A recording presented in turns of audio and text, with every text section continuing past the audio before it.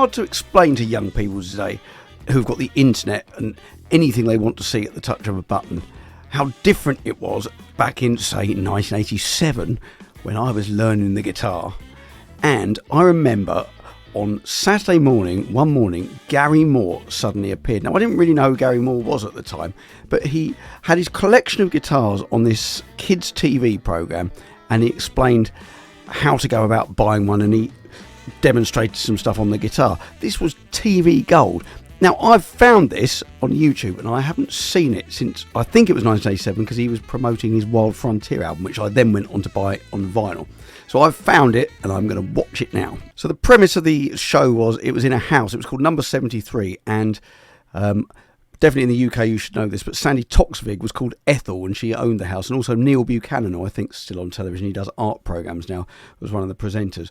So I can just see this. This is the band arriving at the front door. This is what people did. They rang on the front door, and then they got invited in and did stuff inside the house. So look at all those 80s hairstyles, absolutely classic. Gary Moore, how you doing, mate? All right, hiya, lads, all right. I like the new bell. It looks like Ozzy Osbourne. Between you and me, it's up for the chop, but say nothing, eh? All right, say Come to rehearse in the cellar. Yeah. All right, through there, lads, straight down. He's made reference to the doorbell, because I think I know what's coming, because I remember this. I haven't seen this for a long time, but there's certain bits I remember really clearly. Right, let's carry on. On the bottom, turn right. Hello. Hello, mate, all right. Hey, listen there. When you're around, you're an ex... I mean, you're thinking of super cool Gary Moore, aren't you, from Thin Lizzy, and now he's in the kitchen of this make-believe house having dialogue and playing along. This is brilliant. Bet on sound, aren't you? What do you think? Kind of, yeah. What do you think would make a good sound for a doorbell? Well, have you thought about trying a guitar sound for a doorbell? Trying a guitar sound for a doorbell. Oh, I can't remember this. Well, that might be good. I never thought of that. Well, Could we use one of yours? Yeah. Brilliant. Well, let's have...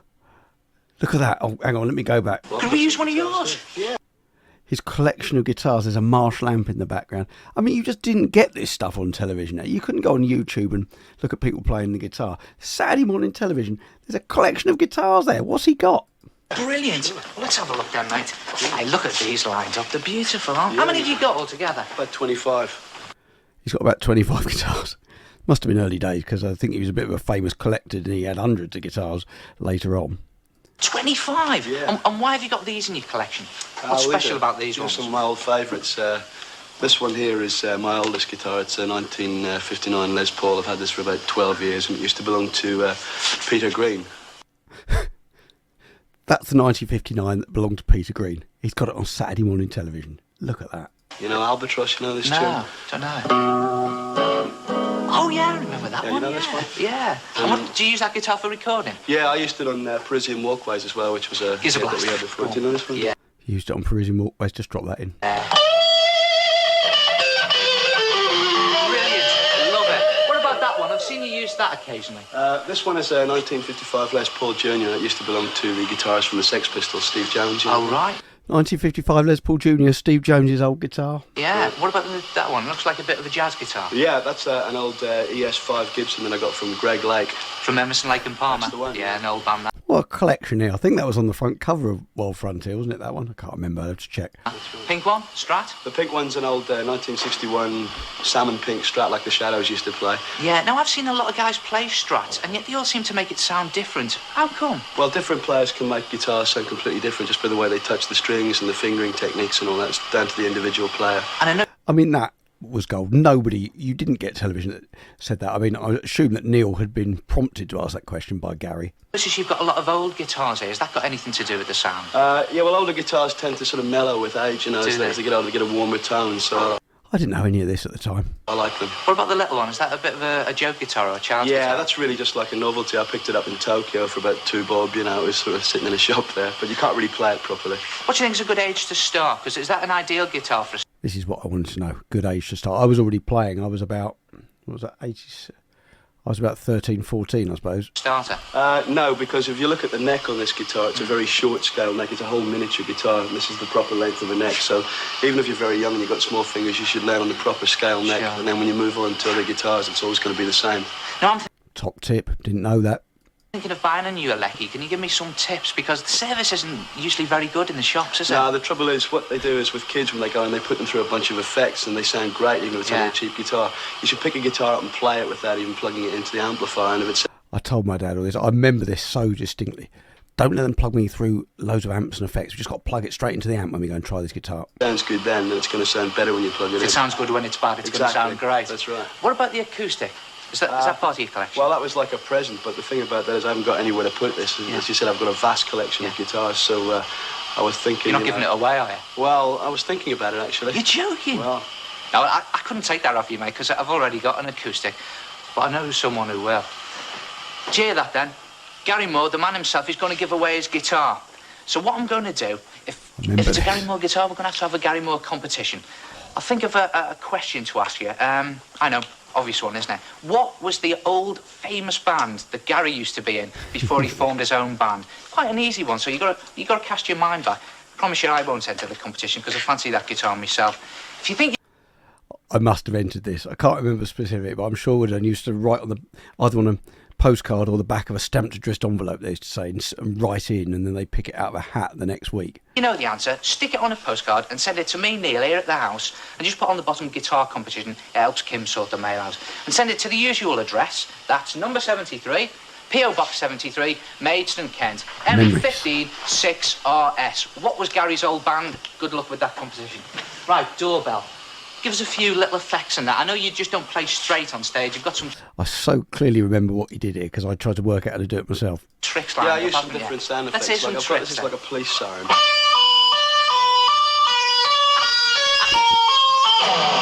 So that's one of them. And I've got this one which is sort of like a Honda 500.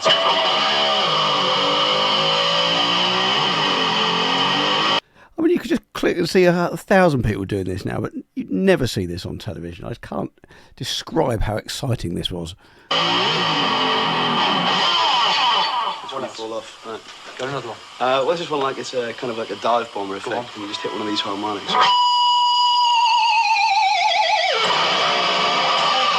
It's so realistic. Have you got anything that might be a bit more doorbellish? Well, I've got these harmonics which might sound like a bell if you play it like...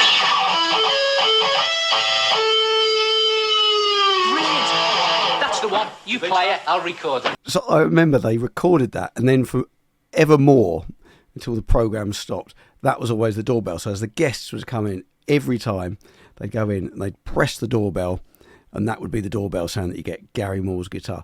That was so... I can't... Oh, I'm so pleased I found this. So then the next thing they do is they would pretend they're going down into the basement where every week the band would play live that were on. So this was him promoting this song from Wild Frontier, I think it was. I'm trying to remember what the song was called. I know the reason you turn your back on things that you don't want to hear. Yeah. So he's definitely singing live. I think they're playing live as well. I get from you. The kids all come in and start dancing. Classic. It's great singing too. The guy there with the glasses playing on the broomstick right behind Gary Moore. He was game for it, wasn't he? He was. Look at their 80s hair, unbelievable. Don't stop before the guitar solo. CVS. Guitar solo over the fade. Oh, there we go. I'm so glad I found that clip. That was absolutely brilliant. It was so important that watching that. You just couldn't get any advice about buying guitars or anything on the internet. Well, the internet didn't exist then. So 1987, I guess I'd have been about 13. And all those bits of advice about going to buy guitars. I remember going in a music shop in Denmark Street in London and with my dad and being put right at the back of the shop in this little practice app. Then as soon as they could hear I could actually play, they'd be like, oh, actually, mate, why don't you come and play on this one? And they put me through a big Marshall stack at the front of the shop. So his advice and them saying how bad their service was in guitar shops back then was all true. All that's changed now. Obviously, in Denmark Street, there was such a problem because there were about 20 guitar shops all in this one short road. But also, Gary Moore, he used to live just down the road from me. He lived in Brighton, which is near where I live. And he was always out in the pubs. And he'd quite often, I never saw this, but there's a venue literally 5-10 minutes walk from where I live. In fact, I went to watch something there last night.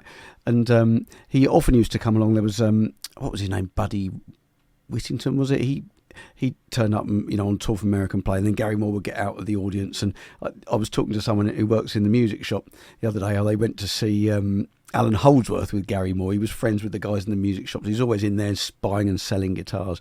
But I only saw him once wandering around. In fact, it wasn't wandering around. I went to see Kelly Joe Phelps at a venue called the Comedia in Brighton.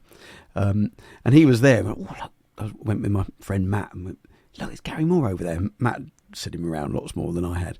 Anyway, I just remember going to the loo at the same time, not on purpose, but I was just there having a wee, and then Gary Moore walks in. So that's my claim to fame, having a wee next to Gary Moore. It was very sad when he died, especially with the local connection. I wasn't going to ever get to see him playing again locally, but anyway, great player. Loved his playing. I went and bought that Wild Frontier album after seeing that on vinyl. It was a gatefold sleeve with a bonus thing. I got rid of my vinyl years ago, unfortunately, so I haven't got it anymore to get out and show you here. Well, thank you very much for watching. I hope you enjoyed the video, and maybe you didn't know about that clip of Gary Moore on Kids TV.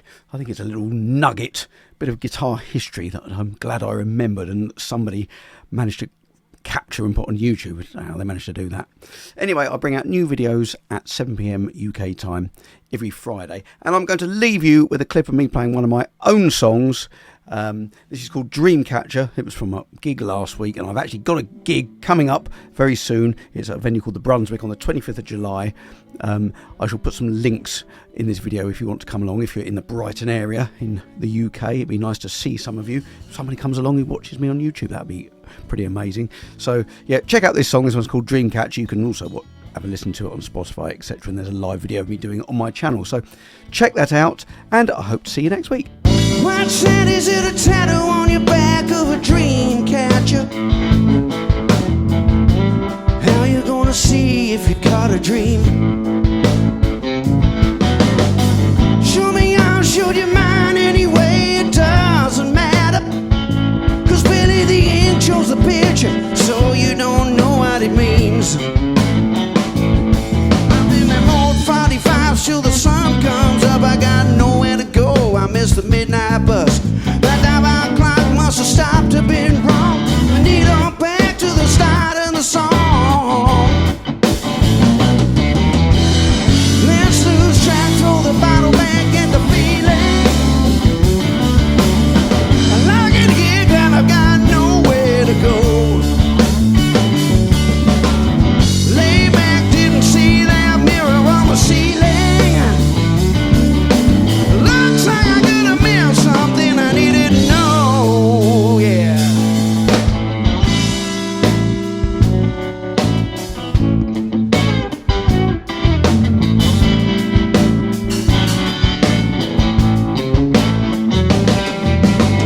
Don't wanna leave, but I don't wanna stay, both at the same time. Don't wanna be walking these streets till dawn.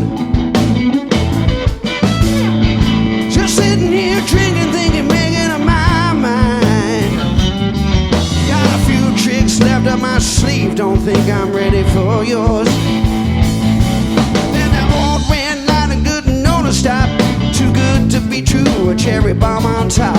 Front on, kicking tire, checking kind of guy. That no lock spot, check on my blind side. Let's lose track, throw the bottle back, get the feeling. I like it here, glad I've got nowhere to go. Lay back, didn't see that mirror on the ceiling. Looks like I could have missed something I needed to know.